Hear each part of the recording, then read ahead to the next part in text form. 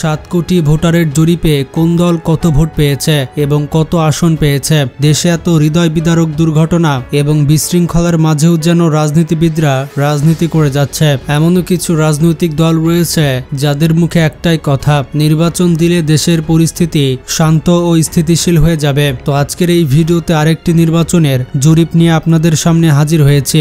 এই জরিপটি মূলত আন্তর্জাতিক গণমাধ্যম আল জাজিরা করেছে। এই জরিপটিতে অংশগ্রহণ করেছে বাংলাদেশের প্রধান জনপ্রিয় দলগুলো হচ্ছে জাতীয় নাগরিক পার্টি, ইসলামী আন্দোলন, জাতীয় পার্টি, জাতীয়তাবাদী দল, জামাতে ইসলামী বাংলাদেশ এবং বাংলাদেশ আওয়ামী লীগ। এছাড়াও অপশন হিসেবে ছিল ডক্টর ইউনূসকে কত ভাগ মানুষ চায়। তাছাড়া এই জরিপটিতে অংশগ্রহণ করেছিল প্রায় 7 কোটি ভোটার। আগামী নির্বাচন সুষ্ঠু, অবাধ ও অংশগ্রহণমূলক হলে এই 7 কোটি ভোটার তাদের ভোট দিয়ে জানিয়ে দিয়েছে যে তারা কোন দলকে ক্ষমতায় দেখতে চায়। তো দর্শক, আজকের এই ভিডিওতে আপনাদেরকে জানাবো আগামী নির্বাচন অবাধ, সুষ্ঠু এবং অংশগ্রহণমূলক হলে কোন রাজনৈতিক দল কত আসন পাবে এবং কোন রাজনৈতিক দল কত শতাংশ মানুষের সমর্থন পাবে। বন্ধুরা, প্রথমে জানাবো আগামী নির্বাচন সুষ্ঠু ও অংশগ্রহণমূলক হলে জাতীয় পার্টি কত ভাগ মানুষের সমর্থন পাবে এবং তারা কতটি আসন পেতে পারে।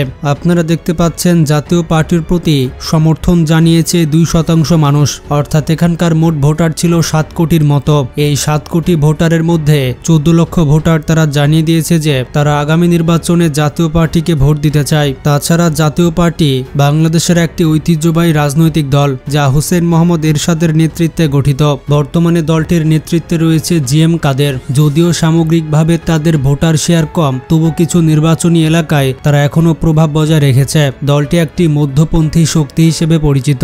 গত নির্বাচনগুলোতে দলটি আওয়ামী লীগের সাথে জোটবদ্ধ হয়ে বারবার নির্বাচন করে এসেছে। আওয়ামী লীগ ব্যতীত এই দলটি খুব বেশি একটা আসন এবারের নির্বাচনে পাবে না, তবে রংপুর ও সিরাজগঞ্জ থেকে 2 থেকে 3টির মতো আসন জাতীয় পার্টি পেতে পারে।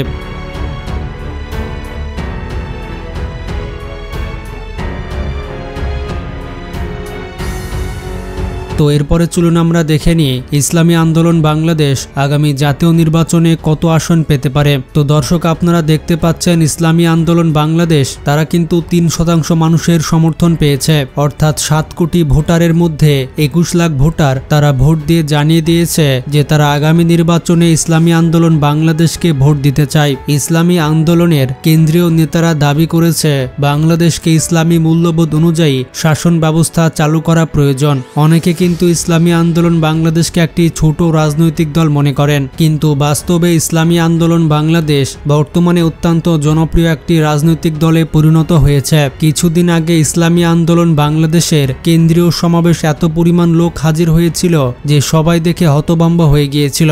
এজন্যই যদি বাংলাদেশের প্রধানতম 4টি রাজনৈতিক দলের নাম নেওয়া হয়, সেখানে কিন্তু ইসলামী আন্দোলন বাংলাদেশ এখনো নিজেদের যোগ্য করে গড়ে তুলেছে। তো আগামী নির্বাচনে এই 3% মানুষের সমর্থন নিয়ে ইসলামী আন্দোলন বাংলাদেশ 10 থেকে 12টির মতো আসন কিন্তু অনায়াসে পাবে।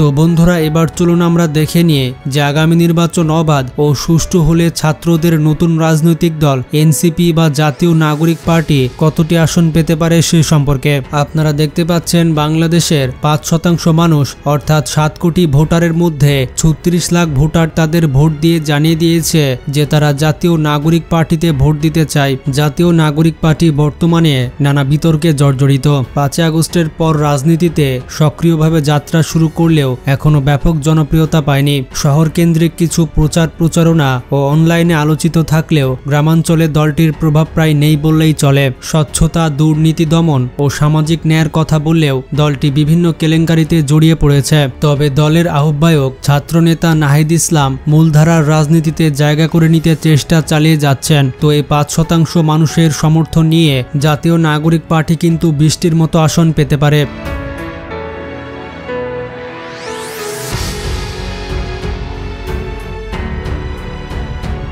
তারপরে চলুন আমরা এবার জেনে নিই আগামী নির্বাচন অবাধ ও সুষ্ঠু এবং নিরপেক্ষ হলে বাংলাদেশ জামাতে ইসলামী কত ভাগ মানুষের সমর্থন পাবে সেই সম্পর্কে। তো বন্ধুরা, আপনারা দেখতেই পাচ্ছেন এই জরিপে জামাত ইসলামীর পক্ষে সমর্থন জানিয়েছে বাংলাদেশের 22% মানুষ। অর্থাৎ আগামী জাতীয় নির্বাচন অবাধ সুষ্ঠু হলে তারা কিন্তু 22% মানুষের সমর্থন পেতে যাচ্ছে।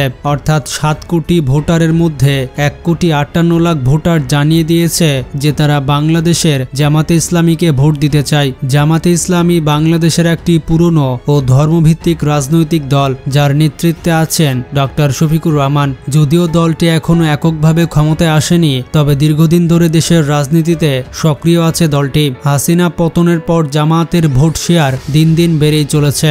ধর্মপ্রাণ জনগণের মাঝে জনপ্রিয়তার শীর্ষে অবস্থান আছে জামাতে ইসলামী। তো আগামী নির্বাচন সুষ্ঠু ও অবাধ হলে এই 22% মানুষের সমর্থন নিয়ে জামাতে ইসলামী কিন্তু 50 থেকে 70টির মতো আসন পেতে পারে।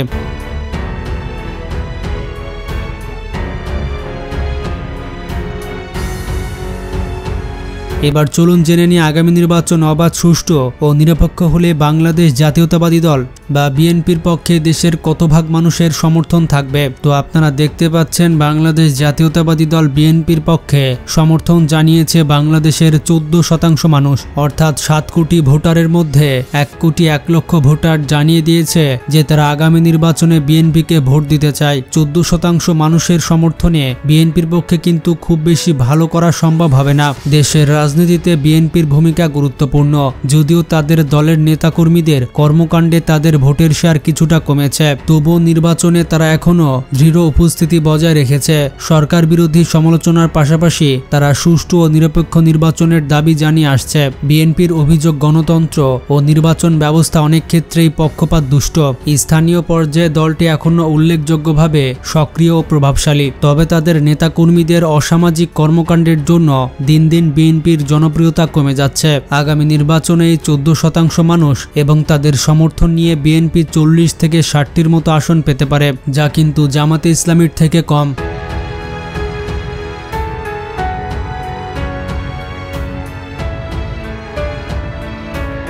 তো দর্শক, চলুন এবার আমরা জেনে আসি আগামী নির্বাচন যদি সুষ্ঠু এবং অবাধ হয় বাংলাদেশ আওয়ামী লীগ কত শতাংশ ভোট পাবে। তো আপনারা দেখতেই পাচ্ছেন বাংলাদেশ আওয়ামী লীগ সমর্থন পেয়েছে বাংলাদেশের 52% মানুষের। অর্থাৎ এখনকার প্রায় 7 কোটি ভোটারের মধ্যে 3,74,00,000 মানুষই বলছে যে তারা বাংলাদেশ আওয়ামী লীগকে আবারও ক্ষমতায় দেখতে চায় এবং আওয়ামী লীগকে ভোট দিতে চায়। আওয়ামী লীগ বাংলাদেশের সব থেকে পুরনো ও শক্তিশালী রাজনৈতিক দল বলে মানুষ যতই যায় করুক না কেন বা গণমাধ্যমে যত অপপ্রচার চালানো হোক না কেন, ভোটের মাঠে যখন যাবে তখন কিন্তু আওয়ামী লীগের জনপ্রিয়তা দিন দিন এখন যেমন বেড়েছে তখনও তেমনটাই বাড়ার সম্ভাবনা রয়েছে।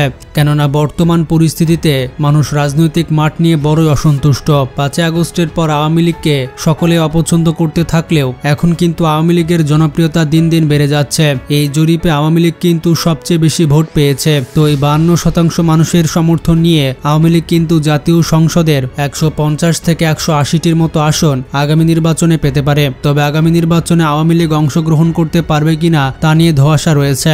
যদি আওয়ামী লীগ অংশগ্রহণ করতে না পারে তাহলে জামাতে ইসলামী পাবে সব থেকে বেশি ভোট আর বিএনপি হবে প্রধান বিরোধী দল। তো বন্ধুরা, সর্বশেষ জানাবো ডক্টর ইউনূসকে কত ভাগ মানুষ ক্ষমতায় রাখতে চায়। ডক্টর ইউনূসকে কত ভাগ মানুষ সমর্থন জানায় সে সম্পর্কে জেনে আসি। দীর্ঘ 16 বছর ক্ষমতা থেকে আওয়ামী লীগ যেন স্বৈরশাসকের রূপ নিয়েছিল।